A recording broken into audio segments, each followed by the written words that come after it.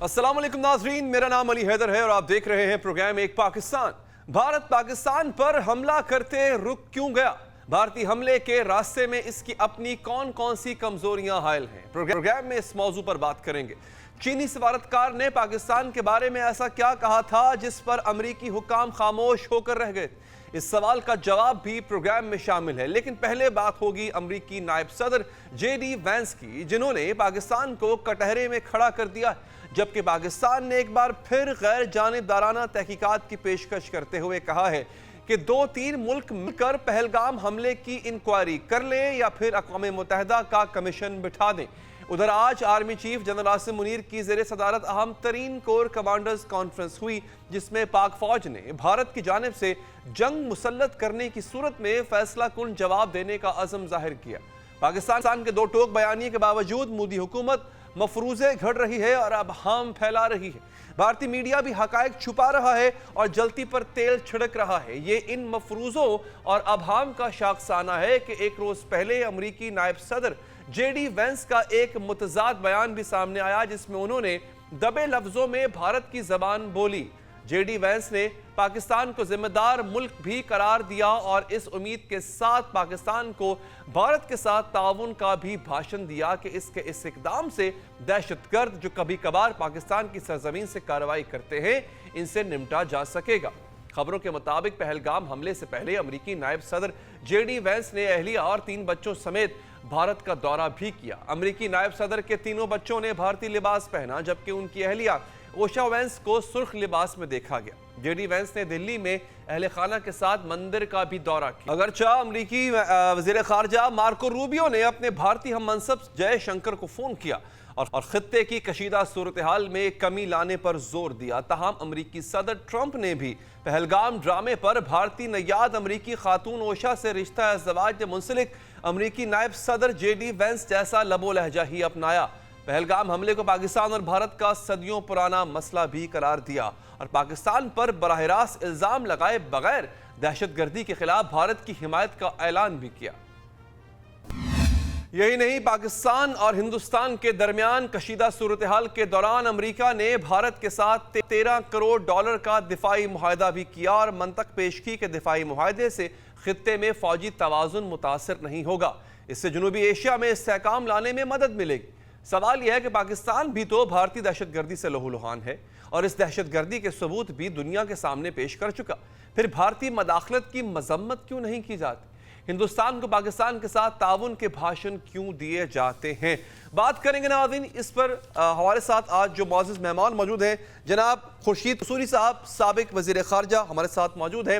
ہمیں جوائن کیا ہے سیکیورٹی امور کے ماہر جناب محمد علی صاحب نے۔ سر آپ کا بھی بہت بہت شکریہ۔ قصوری صاحب، جے ڈی وینس نے پاکستان کو ایک طرح سے کٹہرے میں لا کر کھڑا کر دیا، پاکستان کو دہشت گردی کے خلاف تعاون کا کیا کہا جا رہا ہے، ایک طرح سے پریشر ماؤنٹ کیا جا رہا ہے، کیا کہیں گے سر اس پر آپ؟ دیکھیں، یہ جو بیان ہے نا، امریکہ اس وقت کھیل رہا ہے، گیم کھیل رہا ہے دونوں کے لیے۔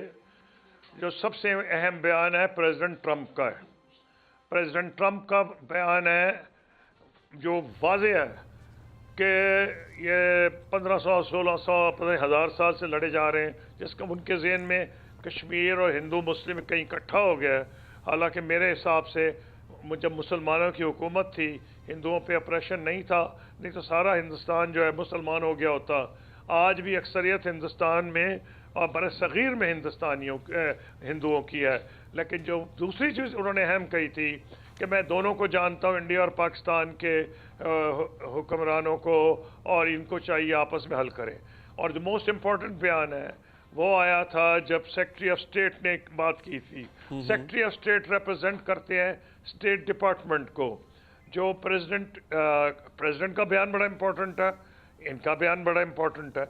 یس، ہی از وائس پریزیڈنٹ، لیکن یہ جو ان کا بیان ہے، اس کو انڈیا یہ سمجھ سکتا ہے کہ انہوں نے کہا کوآپریٹ کریں۔ انہوں نے بھی یہ نہیں کہا کہ جناب ہم کنڈیم کر رہے ہیں پاکستان کو اور ہندوستان جو چاہے یعنی کہ وہ جسٹس لینے کے لیے کر دوڑے۔ ہندوستان یہ ٹوٹل یونیلیٹرل سپورٹ مانگ رہا تھا، انکنڈیشنل، کہ پاکستان پہ حملہ کرے, امریکہ ان کو سپورٹ کرے, امریکہ ان کو انٹیلیجنس بھی پہنچائے کہ اگر جنگوں کی جو ٹروپس کی موومنٹ ہے وہ کوئی نہیں آئی.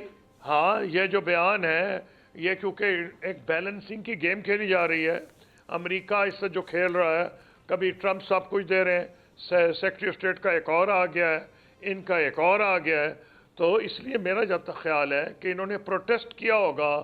میں اپنا اندازہ دے رہا ہوں کہ جی ہم تو آپ پہ بڑا تکیہ لگائے بیٹھے تھے کہ آپ کو ہم نے کہا ہم چین کے خلاف آپ کے ساتھ اکٹھے ہیں, ہم کوارڈ کے ممبر ہیں, ہم فلانے کے ممبر ہیں, ہم چین کے مخالف سب سے بڑے آپ کے ساتھ تعاون کر سکتے ہیں, یا کیسے آپ بیان دے رہے ہیں. تو ان کی ہو سکتا ہے ان کی اشوئی کے لیے کر دیا ہو.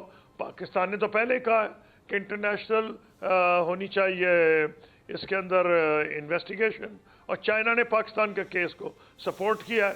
اور جو سیکورٹی کاؤنسل بولی ہے اس نے بالکل واضح جو بیان کیا ہے, انڈیا کو نہیں دہرایا. کیا امریکہ اس کا ممبر نہیں ہے؟ امریکہ سیکورٹی کاؤنسل کا بھی ممبر ہے. تو اگر وہاں اس نے سپورٹ کیا ہے تو یہ مانا جائے گا کہ پریزیڈنٹ ٹرمپ کی آواز, سیکرٹری آف اسٹیٹ کی آواز, سیکورٹی کاؤنسل میں جو امریکہ کی آواز ہے وہ اس آواز سے بھاری ہے. ٹھیک ہے. اچھا محمد علی صاحب, آپ کو کیا لگتا ہے سر, کیا امریکی پریشر بڑھے گا پاکستان پہ؟ کیا یہ صرف اور صرف جی ڈی وینس نے اپنے دورہ بھارت کو جسٹیفائی کیا ہے, یا پاکستان پہ امریکہ کی طرف سے مزید پریشر بھی آ سکتا ہے؟ اہم سوال کیا آپ نے. دیکھیں میں وسیم صاحب کی بات کو آگے بڑھاتا ہوں. جی 1987 سے لے کے آج تک 38 سال کے دوران یہ 8واں ایسا کرائسس ہے جو کہ پاکستان اور بھارت کے درمیان بھارت کی اگریسو پوسچرنگ اور چیسٹ تھمپنگ کی وجہ سے پیدا ہوا ہے. پہلی بات تو یہ ہے. اور الحمدللہ پچھلے 38 سال میں brass tacks 1986-87, Kashmir crisis 90, Kargil 99, nuclear test 98, stand off 2001-2, اور پھر ممبئی اور پھر پلوامہ کو اگر آپ دیکھیں تو الحمدللہ ہمارے لیے اس طرح کے کرائسس پہلی بات ہے کوئی نئی بات نہیں ہے. تو 8واں یہ کرائسس ہے جس میں ان 8 کے 8 کرائسس کا آغاز بھارت کی اگریسو اور انتہا پسندانہ سوچ اور پوسچرنگ کی وجہ سے ہوا ہے. نمبر 1. نمبر 2 چیز جو ہے وہ یہ کہ ان تمام کرائسس میں امریکہ نے کرائسس مینجمنٹ میں ایک اہم رول ادا کیا ہے, اس کو مینج کرنے میں اور ڈیفیوز کرنے میں. لیکن اس دفعہ جو منفرد اور نئی بات ہے, جس طرح قصوری صاحب نے بھی کہا کہ اگرچہ آج بھارت امریکہ کے جتنا قریب ہے اتنا کبھی نہیں تھا, وہ اس کا آپ یوں سمجھے کہ سینٹر آف گریوٹی ہے اس کی ایشیا پیسفک کی انڈو پیسفک اسٹریٹجی کا.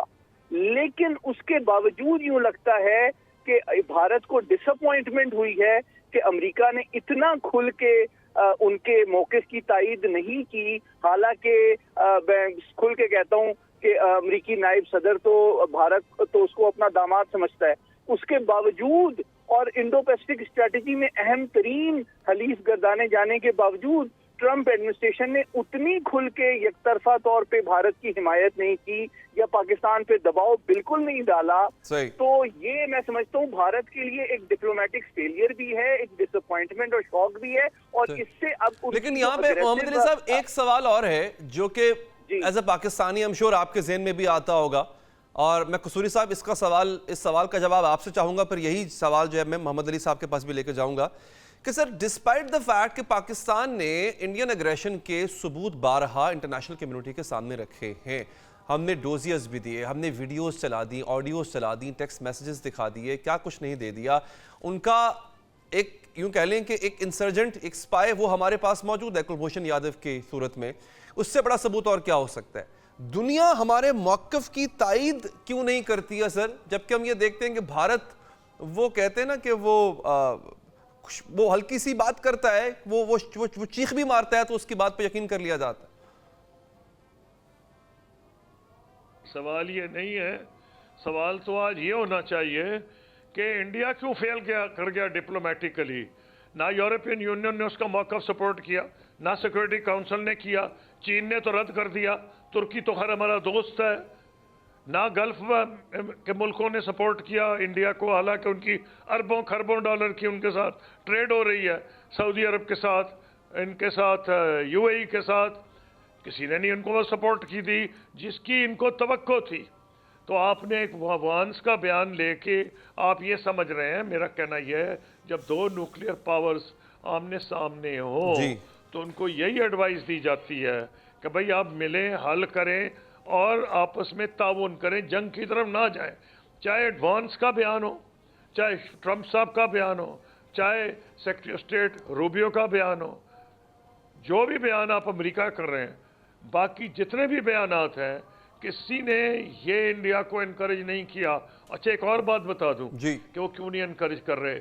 کئی ہندوستان کے سپورٹرز اس لیے نہیں انکریج کر رہے کہ ان کو اندازہ ہے کہ جو آج کی پوزیشن ہے پاکستان کا ہاتھ بھاری ہے.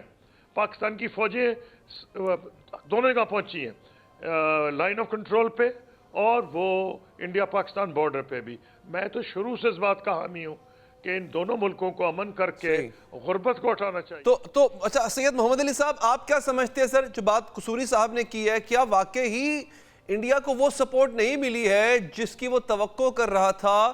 عالمی سطح پہ انڈیا کا موقف رد ہوا ہے سوائے چند ایک ممالک یا پھر جے ڈی وینس کے بیان کو کے علاوہ.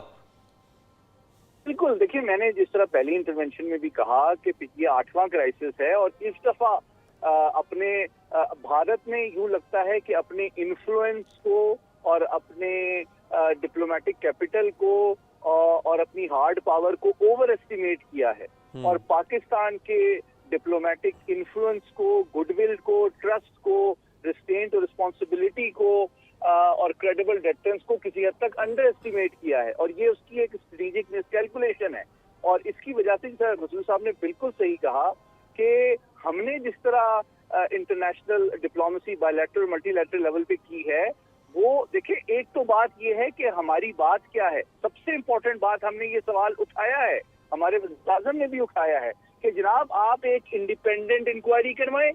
اگر ایک یو این مشن کے تحت انڈین آکوپائڈ کشمیر میں جا کے انویسٹیگیشن کی جائے اور حقائق سامنے لائے جائیں اور اس کے مطابق پھر دونوں ممالک اس کو آگے لے کے چلیں. اور ٹیررزم تو خود ہم سمجھتے ہیں کہ ہم تو خود سب سے بڑے وکٹم بھی ہیں, اور خصوصی طور پہ بھارت کی ریاستی دہشت گردی ہے اس کے ہم بہت بڑے ہم بھی وکٹم ہیں اور ہمارے کشمیری بہن بھائی بھی وکٹم ہیں. تو کوئی مسئلہ نہیں ہے کہ ہم بھی شیئر کرتے ہیں امریکہ اور مغربی طاقتوں کے کنسرن کو کہ دہشت گردی کا خاتمہ کیا جانا چاہیے. لیکن جو سب سے امپورٹنٹ بات یہ ہے کہ جو پاکستان کا موقف جس کو دنیا بائے کرتی ہے کہ بغیر کسی ثبوت کے آپ فوری طور پر پاکستان پر اگر جارحیت مسلط کرنا چاہتے ہیں تو دو ایٹمی طاقتوں کے درمیان اس قسم کی ارریسپانسبل اسٹریٹجک بیہیویئر کی اجازت دنیا کا کوئی ملک نہیں دے سکتا. اور اگر بھارت کو یہ توقع ہے کہ کوئی امریکہ, برطانیہ, یورپی یونین, فرانس ان کو کہے گا کہ جناب آپ پاکستان کے اوپر چڑھائی کر دیں,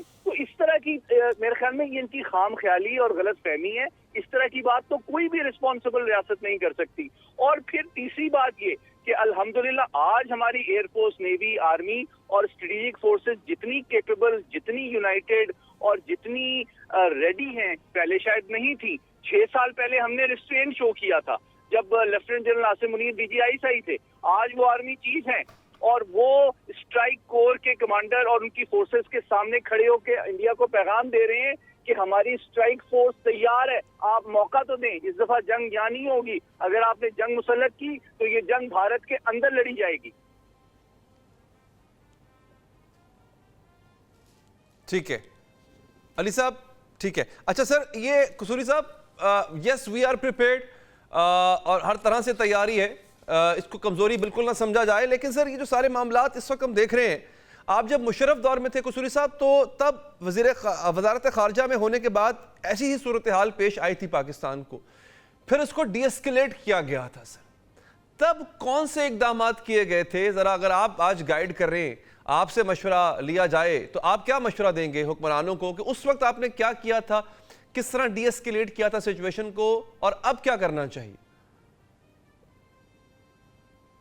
دیکھیے اس وقت یہ تھا, اس وقت بھی بی جے پی کی حکومت تھی جب میں فورن منسٹر بنا ہوں.